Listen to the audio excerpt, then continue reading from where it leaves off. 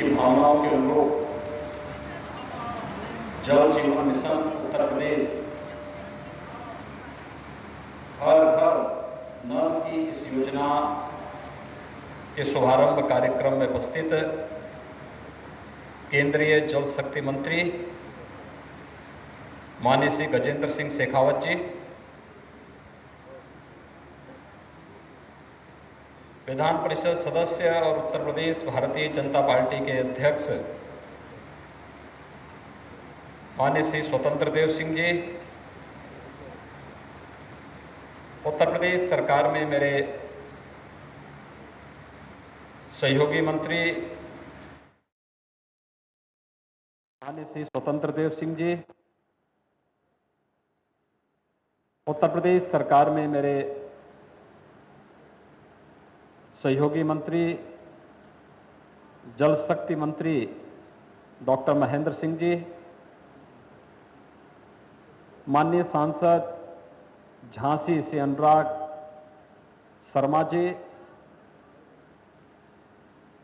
माननीय सांसद श्री पुष्पेंद्र सिंह चंदेल जी, माननीय सांसद श्री भानु प्रताप वर्मा जी, माननीय विधायक श्री राजीव सिंह परीछा जी, बुंदेलखंड विकास बोर्ड के अध्यक्ष कुंवर मानवेंद्र सिंह जी, उपाध्यक्ष बुंदेलखंड विकास बोर्ड श्री राजा बुंदेला जी, सचिव जल शक्ति मंत्रालय भारत सरकार श्री परमेश्वरन अय्यर जी, प्रमुख सचिव नमामि गंगे एवं ग्रामीण जल संसाधन विभाग उत्तर प्रदेश श्री अनुराग श्रीवास्तव जी, बुंदेलखंड के 3 जनपदों झांसी, महोबा और ललितपुर की इन परियोजनाओं में डिजिटल प्लेटफॉर्म पर हम सबके साथ जुड़े हुए प्रदेश सरकार में मेरे सहयोगी मंत्री श्री मनोहर लाल कोरी जी, माननीय विधायक श्री बिहारी लाल आर्य जी, श्री जवाहरलाल राजपूत जी, ब्रजभूषण राजपूत जी,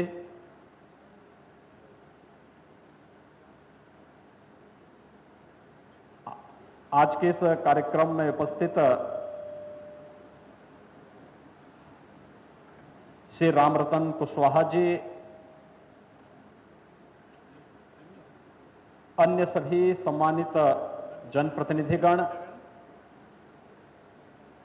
बुंदेलखंड के मेरे सभी उपस्थित भाइयों बहनों, झांसी की रानी लक्ष्मीबाई के देश की स्वाधीनता के उस कालखंड में देश की स्वाधीनता के लिए किए गए योगदान को कौन ऐसा भारतीय होगा जो उनका नित्य स्मरण करता हो। ऐसी वीरांगना की इस धरती को मैं कोटि कोटि नमन करते हुए भारत माता के उन सभी सपूतों को जिन्होंने देश की सुरक्षा और अखंडता को बनाए रखने के लिए देश की सीमाओं की रक्षा करते हुए अपने आप को समर्पित किया है, उन सब के शौर्य और पराक्रम को भी मैं इस अवसर पर कोटि कोटि नमन करता हूं। बुंदेलखंड के सभी नागरिकों को हृदय से बधाई देता हूं और बुंदेलखंड और उत्तर प्रदेश वासियों की ओर से आदरणीय प्रधानमंत्री जी का और केंद्रीय मंत्री श्री गजेंद्र सिंह शेखावत जी का हृदय से अभिनंदन करता हूं कि देश के जल जीवन मिशन का पहला केंद्र बिंदु बुंदेलखंड का ये क्षेत्र बन रहा है, जो कभी सूखे के लिए अभिशिप्त माना जाता था, लेकिन अब बुंदेलखंड केंद्र और प्रदेश में भारतीय जनता पार्टी नेतृत्व की सरकारों के नेतृत्व में कार्य कर रहा है। अब यह विकास से भी वंचित नहीं रह सकता और इसको विशुद्ध पेयजल से भी कोई वंचित नहीं कर सकता है। इस संकल्प के साथ आज मैं स्वयं आपके बीच यहां पर उपस्थित हुआ हूं। आपको याद होगा, फरवरी 2019 में आदरणीय प्रधानमंत्री जी झांसी में आए थे। तब उन्होंने बुंदेलखंड पाइप पेयजल योजना का शिलान्यास किया था और इस दौरान हम लोगों ने पूरे बुंदेलखंड की 4513 राजस्व ग्रामों में पूरा सर्वे का कार्य किया। सर्वे का कार्य प्रारंभ करने के साथ हमारे सामने लक्ष्य था कि पाइप पेयजल योजना ऐसी बने जिसे 10 वर्षों तक मेंटेनेंस करने की जिम्मेदारी भी संबंधित कार्यदायी संस्था ग्राम पंचायत के साथ मिलकर के उठा सके और इसके लिए कार्रवाई प्रारंभ हुई। और आज मुझे बहुत प्रसन्नता है कि आदरणीय प्रधानमंत्री जी की अनुकंपा से, उनके आशीर्वाद से आज बुंदेलखंड के हम लोगों ने पहले चरण के इन 3 जनपदों में पाइप पेयजल की इन सभी योजनाओं को आज हम यहां पर शुभारंभ करने जा रहे हैं, यानी इनका कार्य यहां पे प्रारंभ होने जा रहा है और आगामी 2 वर्ष के अंदर यहां के हर ग्राम पंचायत में हर घर नल की प्रधानमंत्री जी की इस योजना को हम यहां पर साकार करके बुंदेलखंड की प्यास को, जो सूखे की एक अभिशाप से झेलता था, आज उसे मुक्त करने के लिए यहां के लोगों के कदम से कदम में मिलाकर के हम सब आपके बीच यहां पर आज उपस्थित हुए हैं। भाइयों बहनों, बुंदेलखंड वास्तव में आजादी के बाद से जो अपेक्षित ध्यान दिया जाना चाहिए था, उसकी उपेक्षा हुई। बुंदेलखंड में सब कुछ तो था,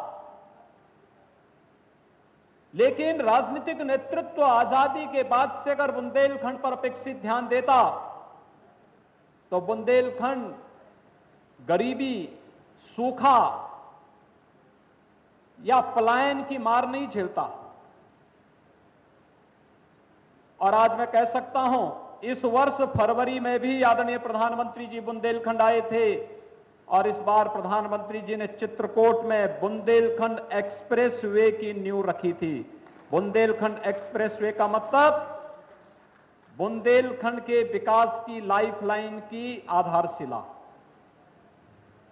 डिफेंस कॉरिडोर के भी 2 महत्वपूर्ण नोड बुंदेलखंड को प्रधानमंत्री जी ने दिए हैं,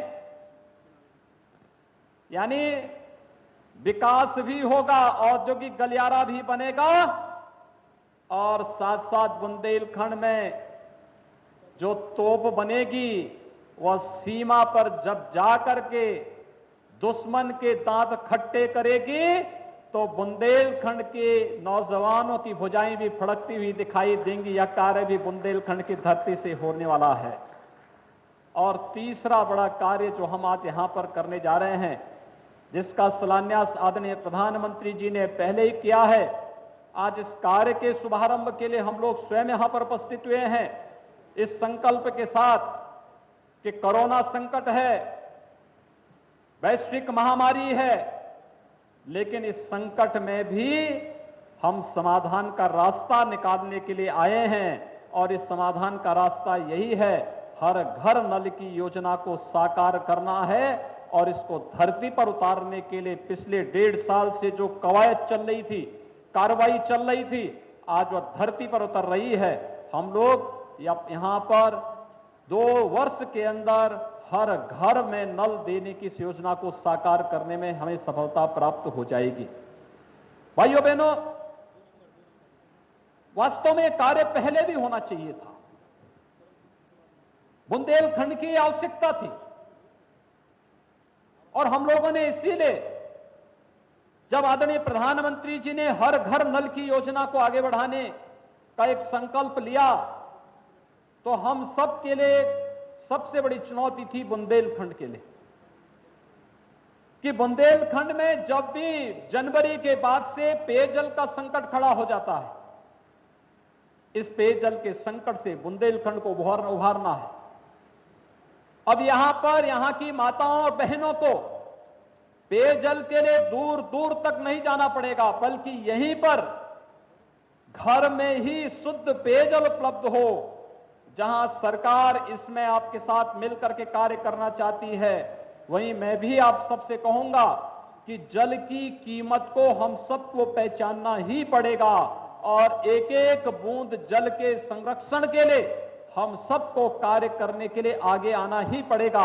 और इस दृष्टि से यह एक संकल्प बुंदेलखंड के प्रत्येक नागरिक को भी लेना पड़ेगा। एक संकल्प इस बात को लेकर के हम लोगों ने यहां पर बड़ी मात्रा में तालाब खुदवाए, लेकिन हमारा प्रयास होना चाहिए कि जितना भी इस बार तो फिर भी मानसून पहले आ चुका है और बरसात प्रारंभ हो गई है। बुंदेलखंड में काफी बरसात पिछले 1 सप्ताह के अंदर हुई है।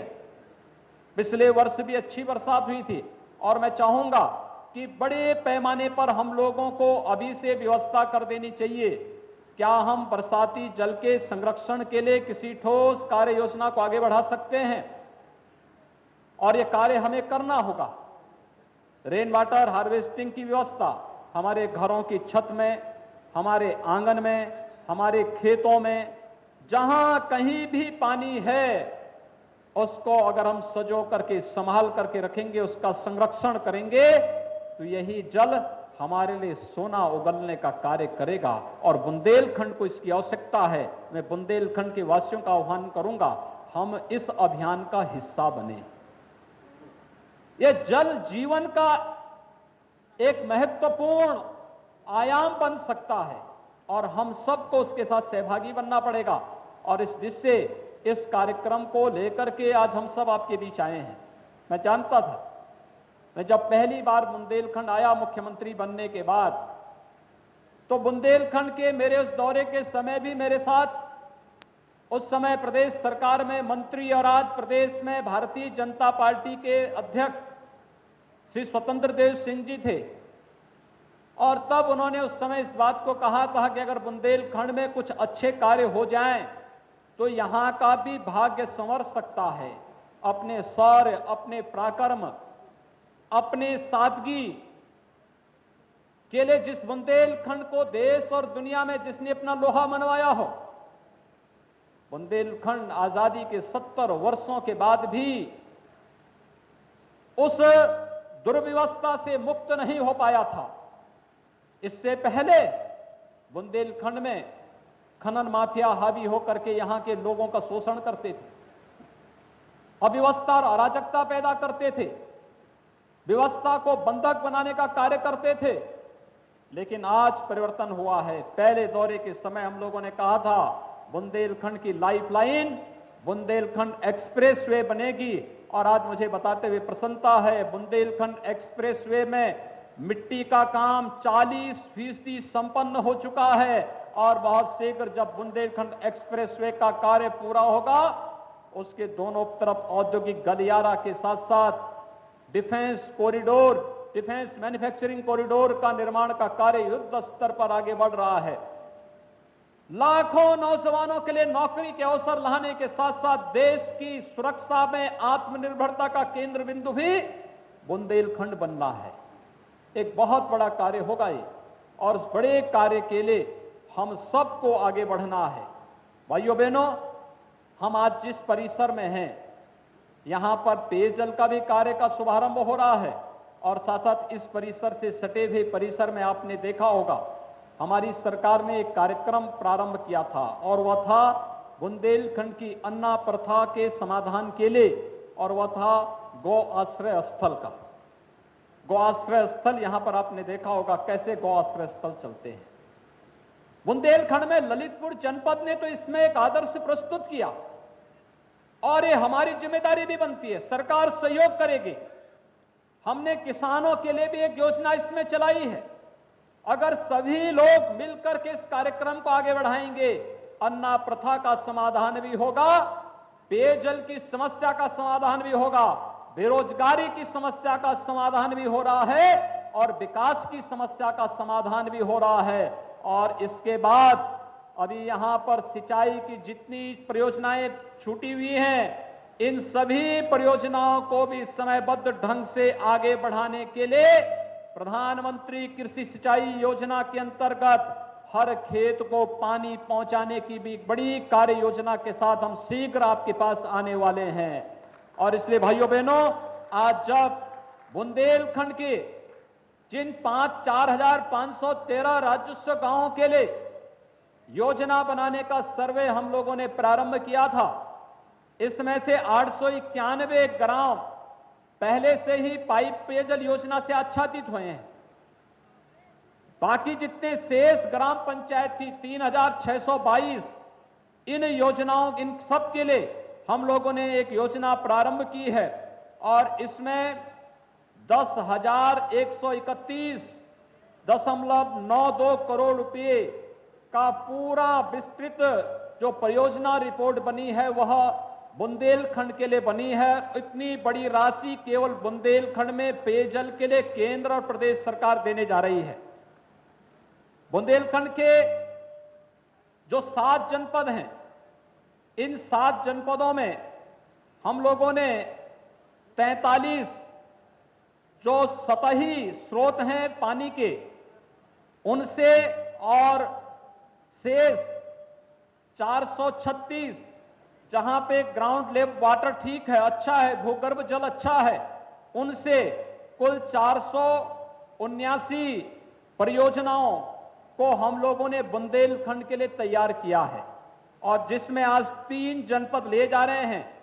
झांसी जनपद में कुल 644 गांवों को, जिनमें 11,42,249 की आबादी निवास करती है, उन लोगों के लिए 1,627.94 करोड़ रुपए की 10 सतही जो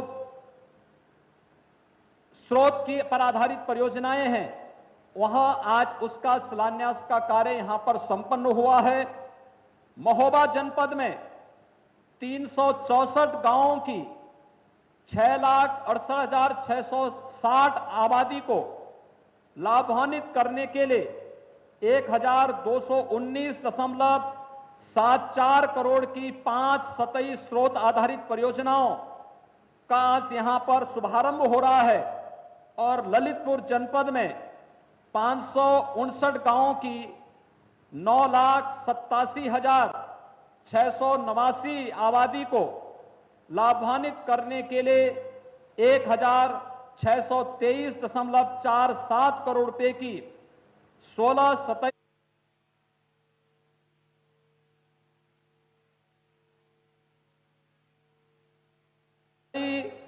स्रोत आधारित 12 भूगर्भ जल स्रोत आधारित परियोजनाओं को आज यहां पर हम लोग इन परियोजनाओं को तैयार किया गया है और इन सब का कार्य का शुभारंभ करने के लिए हम सब आज यहां पर उपस्थित हुए हैं।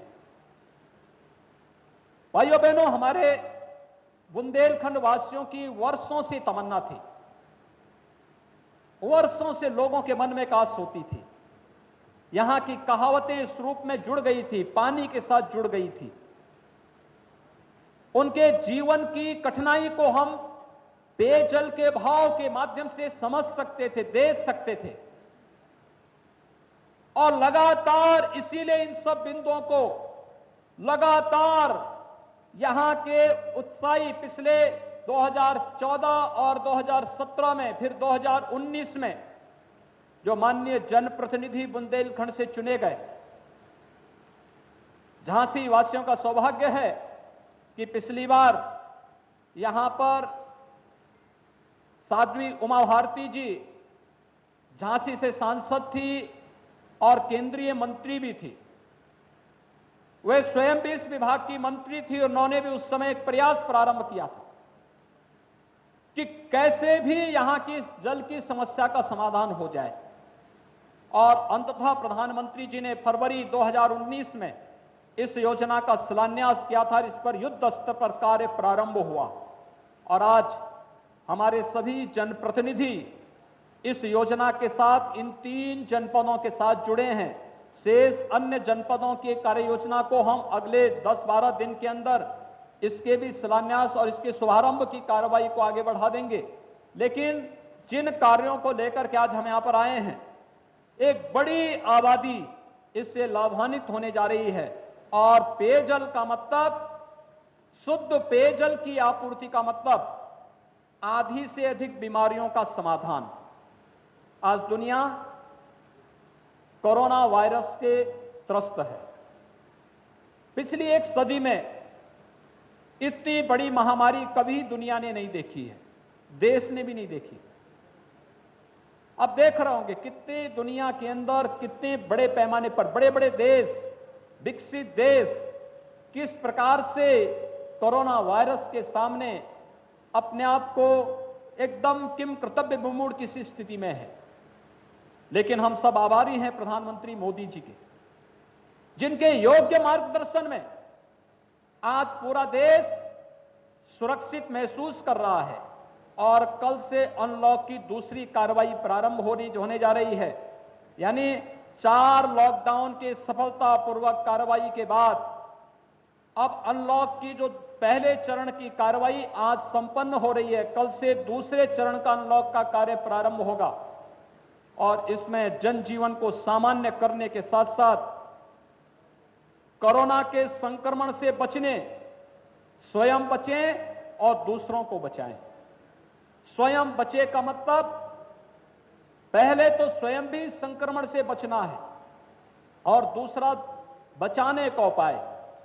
बुजुर्ग हैं, कई बीमारी से पीड़ित हैं, कमजोर लोग हैं, गर्भवती महिलाएं हैं, बच्चे हैं, आवश्यक नहीं है तो घर के बाहर न निकलें।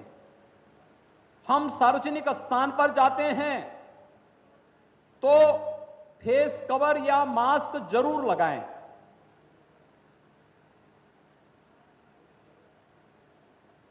समय समय पर किसी चीज को छूते हैं तो हाथ साफ जरूर करें, सैनिटाइजर का प्रयोग करें।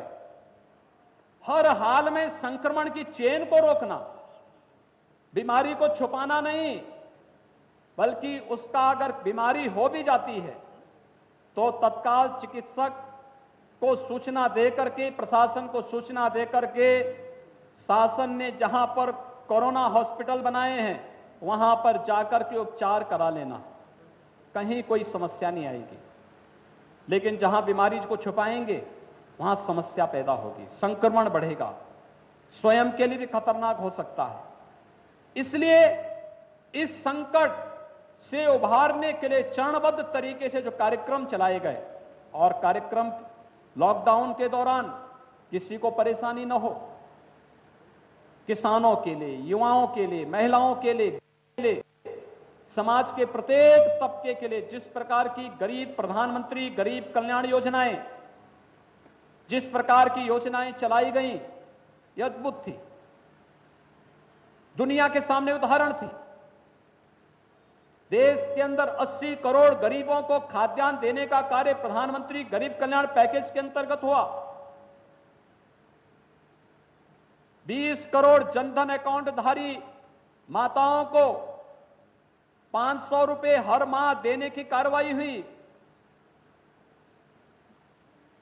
12 करोड़ किसानों को प्रधानमंत्री किसान सम्मान निधि में 2000 रुपए लॉकडाउन के दौरान प्रतिमाह देने की कार्रवाई संपन्न हुई।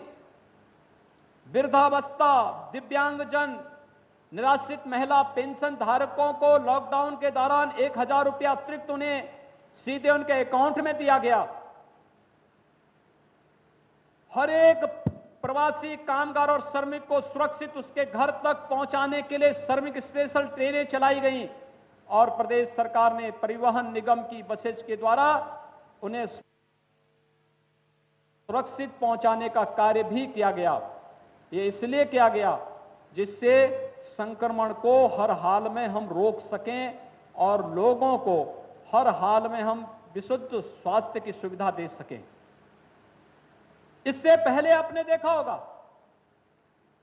कि हर घर में जिन परिवारों के पास शौचालय नहीं थे उन्हें शौचालय देने का कार्य स्वस्थ भारत मिशन के अंदर उपलब्ध कराने का कार्य भी हुआ।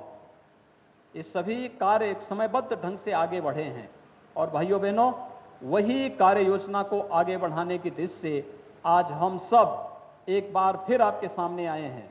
स्वच्छ भारत मिशन ने बीमारी को काफी हद तक नियंत्रित किया है। हमें उसे अपनी दिनचर्या का हिस्सा बनाना होगा।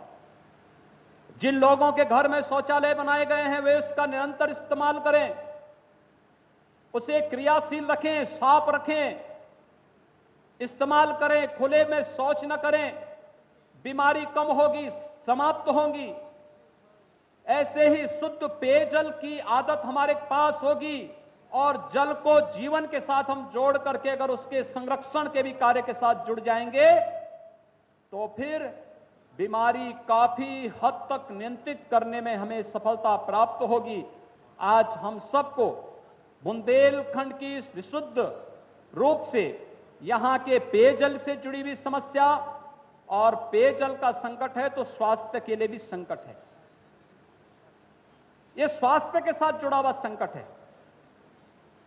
जीविका के साथ और आजीविका के साथ जुड़ा हुआ संकट है। आज इस सब का समाधान हो रहा है।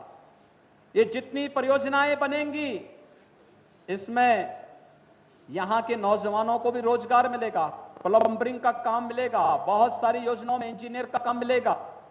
अलग अलग लोगों को यहां पर जो कार्य योजनाएं बनेंगी इन सभी कार्यों में लोगों को रोजगार की व्यापक संभावनाएं भी आगे बढ़ेंगी। बहुत सारे कार्यक्रम आगे बढ़ने जा रहे हैं और मैं आज इस अवसर पर आप सभी लोगों को एक बार फिर से बधाई देता हूं कि आप सबने हमारे माननीय जनप्रतिनिधियों के साथ मिलकर के विकास की योजनाओं को आगे बढ़ाने के जिस संकल्प के साथ सभी बुंदेलखंड के भाई बहन जुड़े हुए हैं, माताएं बहनें जुड़ी हुई हैं, यहां के बुजुर्ग और यहां के नौजवान जुड़े हुए हैं। आज उस संकल्प को आगे बढ़ाने के लिए आदरणीय प्रधानमंत्री जी के संकल्प को शुभारंभ करने के लिए बुंदेलखंड में मैं और मेरे साथ में केंद्रीय मंत्री श्री गजेंद्र सिंह शेखावत जी, उत्तर प्रदेश सरकार के मंत्री श्री डॉक्टर महेंद्र सिंह जी, एमएलसी और भारतीय जनता पार्टी के प्रदेश अध्यक्ष श्री स्वतंत्र देव सिंह जी, माननीय सांसद श्री अनुराग शर्मा जी, माननीय विधायक श्री राजीव सिंह परीक्षा जी, बुंदेलखंड में हमारे हमीरपुर के सांसद कुंवर पुष्पेंद्र चंदेल जी,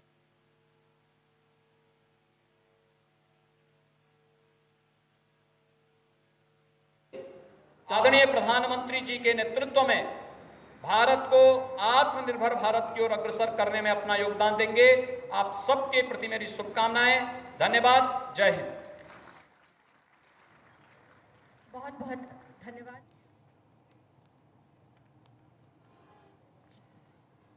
तो मुख्यमंत्री योगी आदित्यनाथ ने कई महत्वपूर्ण बातें कही हैं और खास तौर से जो हर घर नल का जल योजना है उसको लेकर उन्होंने कहा कि प्रधानमंत्री नरेंद्र मोदी का ये स्वप्न है और इसके साथ ही साथ उन्होंने ये भी कहा कि केवल जल ही नहीं मिलेगा हर घर में नल का, बल्कि और ये देखिए महारानी लक्ष्मीबाई का जो प्रतीक चिन्ह है वो उनको भेंट किया जा रहा है। उन्होंने ये भी कहा कि जल के साथ ही साथ लोगों को रोजगार भी मिलेगा। मुख्यमंत्री जी को और पुनः डॉक्टर महेंद्र सिंह जी से अनुरोध और उनके साथ अनुरोध श्री राजा बुंदेला जी से, श्री